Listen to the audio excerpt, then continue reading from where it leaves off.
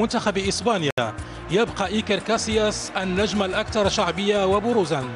الحارس المدريدي يعتبر الإسبان نقطة قوة في تشكيلة المدرب ديل بوسكي المقبل على تحد جديد في مونديال جنوب إفريقيا بعد التتويج بكأس أوروبا عام 2008. ولد إيكر كاسياس فرنانديز في 20 من مايو أيار عام 81 في بلدة موستوليس في منطقة مدريد، ومنذ صغره اتجه إلى حراسة المرمى. وأظهر كاسياس في سن مبكرة امتلاكه مؤهلات عالية كانت كفيلة بتشبث ريال مدريد به بعدما رأى فيه مدرب الفئات الصغرى مشروع حارس كبير. كاسياس المولع بأفلام الخيال العلمي واقعي إلى حد كبير في حياته الكروية.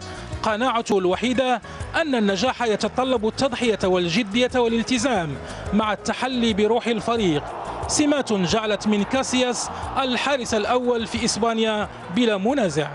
التألق المحلي فتح الطريق أمام حارس الميرينغي لتوسيع مساحة تألقه والتفوق على عمالقة حراس المرمى كالإيطالي بوفون والتشيكي بيتر تشيك عندما اختير أفضل حارس في العالم عام 2009.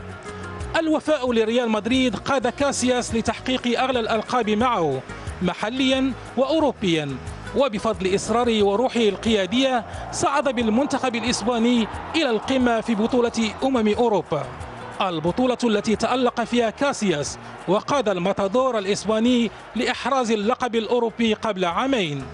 أحلام كثيرة يحملها كاسياس معه إلى جنوب إفريقيا، لكن يبقى أهم حلمه بقطع الأشواط الأولى في المونديال بنجاح لبلوغ النهائي والعودة بالكأس الذهبية إلى إسبانيا.